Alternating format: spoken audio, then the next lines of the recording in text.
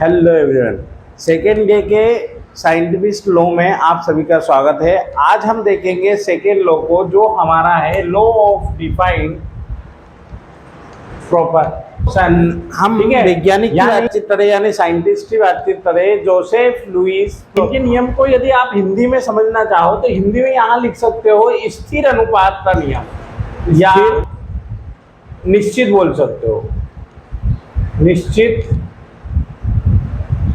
अनुपात का नियम। ठीक है, यानी या फिर निश्चित द्रव्यमान का नियम, जहां जैसे यूज करना है अलग अलग मिलेगा। यदि हम केमिस्ट्री की बातचीत कर रहे हैं अभी, तो केमिस्ट्री के लिए हम द्रव्यमान ले सकते हैं। ठीक है, तो हमारा जो है लॉ ऑफ डिफाइंड प्रोपोर्शन। ठीक है, तो यदि हम इसकी डेफिनेशन की बात करें तो डेफिनेशन क्या लिखी है? A given compound always counted. क्या लिखा है? Always counted they same element in the same and same fix proportional by यहां पर रिगार्डलेस ऑफ इट्स सोर्स और मेथड ऑफ प्रोपोर्शन। यानी कहने का अर्थ यह है कि आपके द्वारा जो एलिमेंट लेंगे, यानी कुछ भी एलिमेंट लिया है और वह कुछ मात्रा में लिया है, कितना लिया है, तो उसके अंदर जो कंपाउंड होंगे, यानी एक गिवन कंपाउंड ऑलवेज काउंटेड, यानी जो कंपाउंड होंगे वो निश्चित होंगे। इसीलिए इसे निश्चित अनुपात का नियम या निश्चित द्रव्यमान का नियम भी बोला जाता है।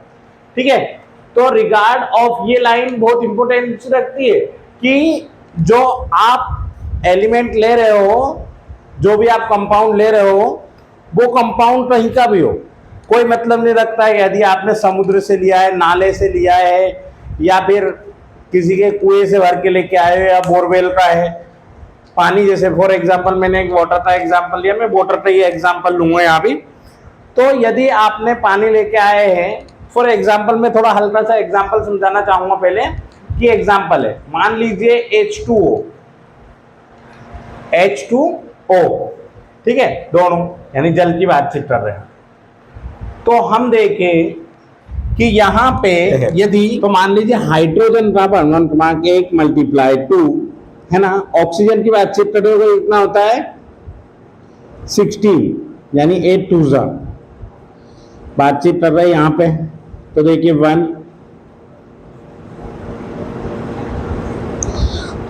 बैलेंसिंग करने के लिए यहाँ पे 2.16, यानी बातचीत करें 1.8। कैसे आया भाई? 2 बन जा 2, यहाँ पे हाइड्रोजन चाहिए कनु, हाइड्रोजन का परमाणु क्रमांक, और यहाँ पे उसमें 2 का मल्टीप्लाई 2, और ऑक्सीजन का परमाणु क्रमांक, ठीक है, कितना होता है 16 है।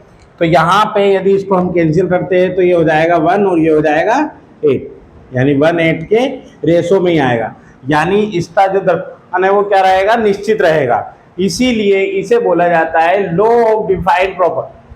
ठीक है, और यहाँ पर कंपाउंड याद रखोगे, compound always is the constant. ठीक है, इसके बाद हम अगला लॉ देखेंगे जो इसी से थोड़ा हल्का सा विपरीत रहेगा। यदि इसकी हिंदी में डेफिनेशन की बातचीत करें तो यहाँ पर किसी भी रासायनिक अभिक्रिया में, जो रासायनिक अभिक्रिया में निश्चित अनुपात का द्रव्यमान लिया जाता है, निश्चित अनुपात में द्रव्यमान होगा, ठीक है, हर बार, और वह एलिमेंट यहाँ पे लिखा है ना, जो same element in the same and fix record.